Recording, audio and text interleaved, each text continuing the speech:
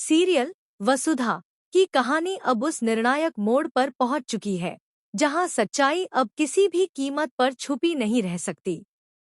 जिस पल का इंतजार दर्शक बेसब्री से कर रहे थे, वो पल अब आखिरकार आ ही गया है। जी हाँ, सावित्री बुआ ने कोर्ट में पहुंचकर चंद्रिका का असली चेहरा सबके सामने बेनकाब कर दिया है।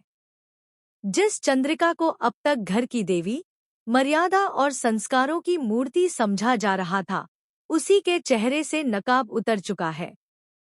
कोर्ट का माहौल पहले ही बेहद तनावपूर्ण होता है। एक तरफ देव और वसुधा खड़े होते हैं, जिनके रिश्ते की डोर अब तलाक की कगार तक आ पहुंची है। दोनों के चेहरों पर दर्द, थकान और अनकही मजबूरियां साफ झलक रही होती हैं। जज के आने से पहले ही वहां मौजूद हर शख्स को एहसास हो जाता है कि आज कोई बड़ा सच सामने आने वाला है।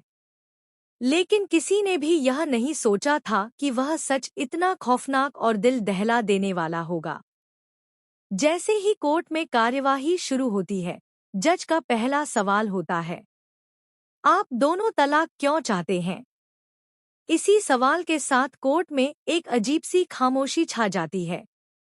देव कुछ बोलने ही वाला होता है कि तभी अचानक सावित्री बुआ आगे आ जाती है।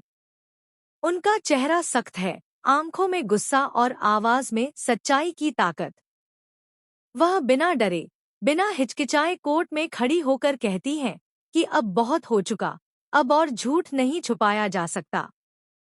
सावित्री बुआ एक एक करके वो सारे सबूत सामने रख देती हैं, जिनसे यह साबित हो जाता है कि चंद्रिका कैसे वसुधा को हर पल, हर कदम पर ब्लैकमेल करती थी।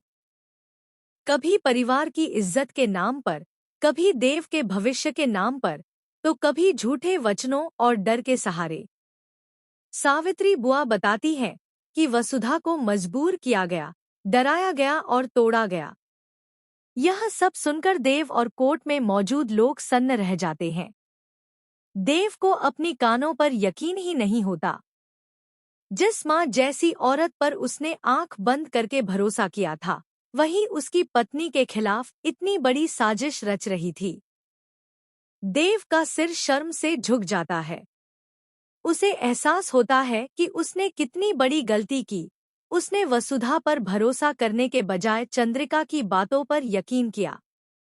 वहीं दूसरी तरफ वसुधा की आंखों में आंसू जरूर होते हैं, लेकिन उसके चेहरे पर कोई हैरानी नहीं होती, क्योंकि यह सब उसे पहले से पता था। वसुधा जानती थी कि चंद्रिका किस